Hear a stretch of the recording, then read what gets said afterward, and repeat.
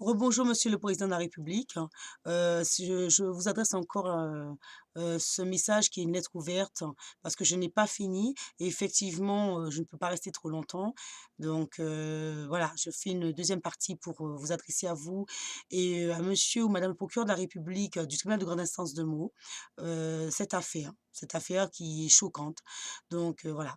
Il faut savoir dans ce que j'ai à dire que voilà, je ne comprends pas que le 17 qui est quand même un appel au secours, quand je l'ai fait pour, mes enfants parce que la propriétaire avait, une hache à la main, qu'elle menaçait, quand j'appelle le 17, parce qu'elle était pas contente en fait que les représentants, de la loi de secteur d'Annette, se soient amenés et lui demandaient à plusieurs reprises de remettre l'eau, l'électricité. Elle n'était pas contente. Donc, suite à leur visite, juste après, elle a pris une hache et elle nous a menacés, dont mon fils de 13 ans, avec la hache.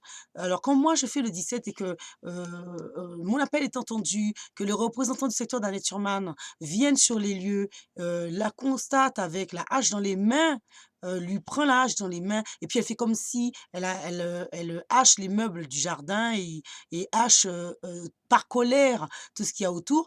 Parce que c'est normal, quelqu'un qui a une hache dans les mains, c'est normal et qui hache des meubles énervés, c'est normal, et qu'on ne lui fasse rien, qu'on reprend la hache de ses mains, qu'on la dépose et qu'à nous, victimes, on nous dise, «Ne nous appelez pas, on n'a pas que ça à faire», j'essaie de comprendre. J'ai écrit cela quand même au procureur de la République du tribunal de grande instance de Meaux dans ma plainte, en demandant, quand même, explication de cette démarche qu'a eu les représentants de la justice. Parce que je n'ai toujours pas encore compris à ce jour. Je n'ai toujours pas compris cette démarche. Encore, avant-hier, quand je leur demande pourquoi cette attitude, ils m'ont répondu: «Oups, on a fait une boulette.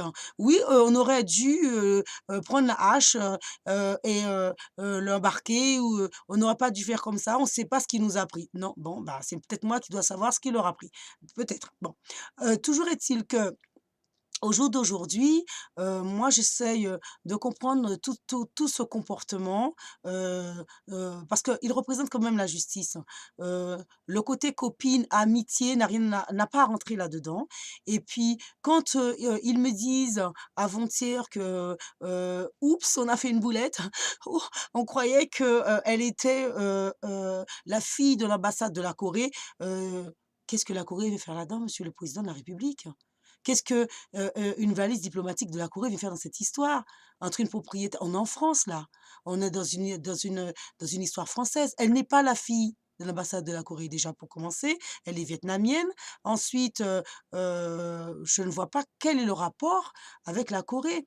Alors effectivement, elle me dit, que le rapport qu'elle a, bah oui, elle estime elle était passeuse, de clandestins, mais ça, c'est son problème. Moi, je comprends pas et avant-hier, la représentante de la ju du une des représentantes de la justice du secteur d'Annette-sur-Marne me dit: «Ben oui, il s'est ramené à nouveau et nous lui avons dit que, le la Corée n'a rien à faire dans cette histoire, même si, vous faites partie, de la va des diplomates, parce que oui, ils se sont rendus compte que, ils se sont fait avoir, que c'était pas la fille, ni la famille d'un représentant, diplomatique de la Corée. Alors, quand même ça aurait été le cas, ça veut dire que la justice a été bafouée, tout a été fait n'importe comment et je suis quand même assez ferme, polie, respectueuse, mais ferme, hein, parce qu'il faut pas prendre les gens pour, je crois ils me prennent vraiment pour une imbécile, hein, dans cette histoire. Quand je leur demande, des explications et qu'ils me disent, «On a cru». Non mais attendez, heu, moi je pense qu'il y a des représentants au-dessus d'eux, dont le chef d'État, dont vous, monsieur le président de la République, vous êtes le chef d'État qui ordonne, coordonne et c'est pourquoi je fais appel à vous parce que, on est représenté de la justice ou on ne l'est pas, quoi. Moi tout ça me dépasse, hein. Quand j'entends, le repré un des représentants de la justice du secteur d'Annette-sur-Marne qui au téléphone m'invective, me dit, que oui, je la laisserai pas aller au pénal, elle ira pas au pénal, qui me ment ouvertement. en me disant que le procureur ne voit pas qu'il y a, raison de pénal, qu'une agression ou une menace à la hache n'est pas, à caractéristique pénale, je suis choquée, je suis choquée. J'essaie de comprendre. Quand maintenant, avant-hier, j'entends, les représentants, qui disent: «Mais qui a dit ça? Mais pourquoi? Ah oui, on a fait des boulettes. Oui, on risque gros. Oui». Mais attendez, après qu'ils c'est très mignon, faut voir, c'est très mignon quand ils disputent, hein. Mais, parce que, effectivement, certains se sont sentis un peu trahis, hein, puisque c'était notre copine, mais comme elle parle beaucoup, hein, et cette dame-là, on ne sait plus qui dit vrai, si c'est eux, si c'est elle, hein. Quand elle dit: «Oui, ce sont mes amis et qu'ils m'aident», moi, ce que je comprends pas, c'est qu'elle connaissait aussi le verdict des jugements à l'avance quand même. Donc, elle ment pas, je sais pas. Je sais plus, où on en est dans ce dossier vraiment parce que quand elle dit que, il y a eu des appels, de son ami, qui a un statut qui la protégeait, au niveau de la justice, dont le chef du secteur des représentants de la justice du secteur d'Annette, a appelé en changeant les jugements quand elle dit que: «Oui, tu seras au 9 expulsé», et quand elle dit que: «Oui, ton fils aura minimum 1 an de prison ferme», et que c'est ce qui tombe, comment le sait-elle à l'avance? Est-ce v alors comment moi j'essaie de comprendre, excusez-moi avec tout mon respect, madame, ou monsieur le procureur de la République du tribunal, de grande instance de Meaux, j'essaie de comprendre comment cette dame peut avoir les verdicts à l'avance, comment cette dame peut, crier sur des gendarmes, les traiter des pires noms, mais, j'ose pas les énumérer, les pires noms, en leur disant: «Vous serez rétrogradés, je suis amie avec votre chef, je vais le voir demain en personne», et qu'effectivement tous les gens quand moi j'ai un de leurs collègues qui me dit que les gens qui s'occupaient de mon dossier ont tous la plupart ont été mutés, j'essaye de comprendre. Qu'est-ce que c'est que cette histoire? Qu'il y a anguille sous roche là dans cette histoire. Monsieur le président de la République, il y a anguille sous roche. J'essaie de comprendre. Où la loi en France est posée, respectée, établie et mise en œuvre pour que les choses se fassent telles qu'elles doivent être faites, comme la justice le demande, comme un procureur de la République le demande, ou alors, dans mon dossier comme exemple, on se lie d'amitié avec les gens qu'il faut pas, qui font des choses hors la loi, et puis parce qu'on s'entend bien avec eux, on bafoue notre serment. Parce que je suis désolée, si c'est vraiment vrai, parce que ce sont des accusations quand même graves qu'elle porte, mais c'est vrai que moi, je ne peux pas affirmer cela, mais c'est vrai que de par, ce que je subis, je suis en droit de douter, hein. Parce que, quand je vois que, un des collègues qui représente la justice me dit, «Elle n'ira pas au pénal, ça sera du civil et vous devez faire vos valises, comment se fait-il? Vous êtes encore là, vous deviez être déjà parti». Mais comment le sait-il? Je comprends pas. Quand il parle au nom du procureur de la République de Meaux, alors que je vois que, il me dit: «Il n'y a jamais eu de dossier au pénal, le procureur a estimé que ça doit être classé, qu'il n'y a pas de caractère, à pénal», et que moi quand je passe au tribunal de grande instance de Meaux et que la greffière me dit: «Ah si, si, si, il y a eu instruction, depuis février d'une enquête ouverte auprès de l'enquête, elle n'a jamais été faite au final. L'enquête, il n'y en a pas d'enquête. Par contre, on me harcèle au moindre dire de madame, à la moindre plainte de madame, mais des plaintes ridicules. Non mais attendez, excusez-moi, comment alors c'est comme si je sais pas moi, elle a hors la loi, elle sait qu'elle n'a pas le droit de vous filmer, mais elle porte plainte parce que votre fils a coupé le fil à webcam parce que lui aussi sait qu'elle n'a pas le droit et qu'il en a bon, je dis pas bravo, hein, qu'il ait coupé le fil de la webcam, hein, mais qu'on exagère le dossier, qu'on dit: «Oui, il a volé, il est entré, il a forcé», heu, faut pas exagérer. Qu'on dise d'abord, la dame n'avait pas le droit de filmer la vie privée des gens, hein. Elle n'est pas en position de personne, de par son comportement, de filmer la vie privée des gens, qui a raison. On ne tient pas compte de ça. On tient compte juste que, ben, il a coupé le fil de la webcam. Donc il doit prendre un enferme minimum de prison, voilà. Et puis, je n'ai eu aucune convocation. tout a été fait à l'oral. J'ai une avocate qui appelle, qui demande: «Est-ce qu'on doit se présenter?» parce qu'elle comprend pas. On lui dit: «Oh non, non madame, ça doit être une erreur.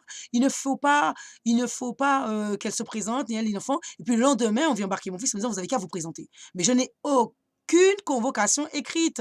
Je n'en ai jamais eu, ni moi ni mon fils. Et qu'après, alors qu'on l'a pris 3 fois en garde à vue, qu'il a été quand même, choqué. Il m'a dit: «Maman, j'ai souffert, voilà, on m'a forcé à signer, tout ça». Il est sous tutelle, il signe quoi? Mais comment se fait-il qu'il signe des documents?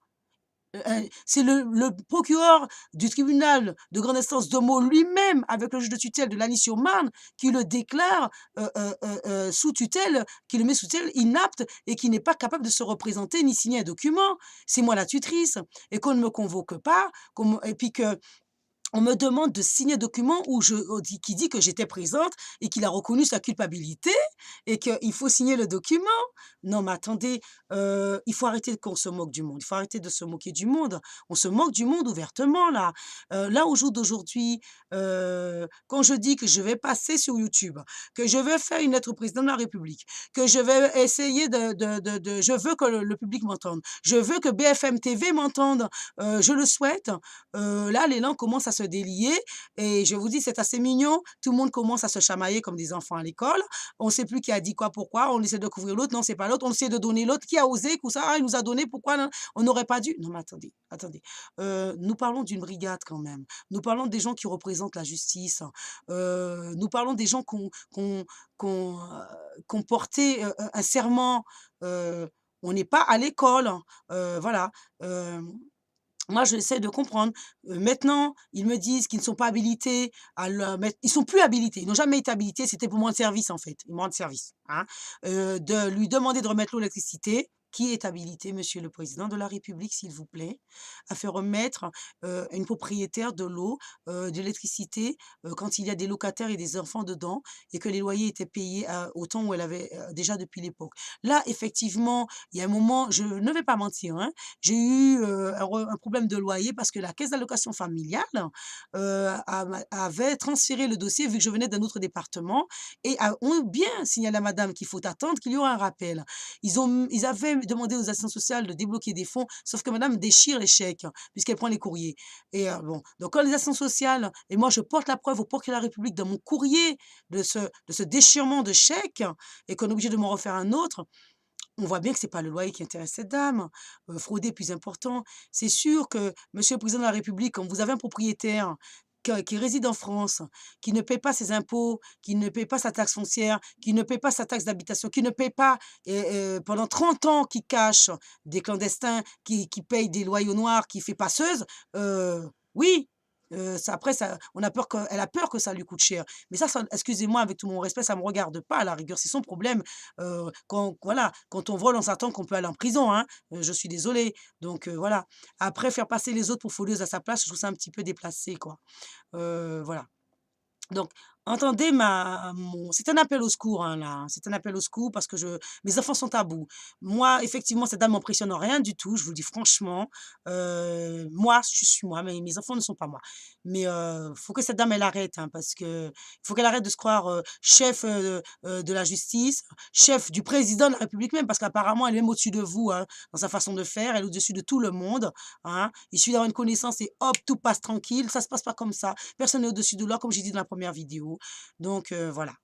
Mais ce calvaire continue et j'espère qu'il va s'arrêter et j'aimerais bien que la caisse d'allocation familiale, maintenant qu'elle a fait son enquête, remette mes allocations familiales, s'il vous plaît, hein, que je puisse déménager de cet enfer avec mes enfants, hein, et que je puisse, de par mes revenus aussi, d'entreprise, pouvoir faire un dossier convenable et partir de cette maison parce que j'en ai assez, voilà. J'en ai assez. C'est pas que je ne veux pas partir, hein, c'est que nous ne sommes pas des chiens, du jour au lendemain, voilà, comme ça et moi, on me dit: «Partez», oui, allez où? Je vais dans la nature, je vais dans le désert, je vais où là? C'est pas comme ça, hein. Donc un dossier de logement, une demande de dossier de logement avec 0 € de CAF, ça passe pas et auto-entrepreneur, sachez, monsieur le président de la République, ça ne passe pas non plus. Parce qu'on vous dit qu'il faut avoir, on vous dit: «Il faut avoir un salaire fixe», je ne suis pas encore dans cette capacité. Donc, heu, donc je ne peux pas me reloger moi-même par cette situation. J'ai fait appel à une association qui, va essayer de m'aider. Mais, s'il vous plaît, que la justice fasse son travail correctement, et que madame ou monsieur le procureur de la République, s'il vous plaît, du le tribunal de grande instance, fasse que la loi soit faite de manière correcte, hein, s'il vous plaît. Parce que là, effectivement, on me demande de venir me présenter, limite, hein, on va m'enfermer ou l'OPJ, non mais il faut arrêter, faut arrêter. Ben si on m'enferme pour la vérité, ça serait malheureux quand même. Donc voilà, merci beaucoup monsieur le président de la République, de m'entendre, et de m'écouter ou même de porter une petite attention. Merci à la police de Juvisy, merci, aux gendarmes de Meaux, merci, à ceux de Melun. Merci, au revoir, parce qu'ils ont été super.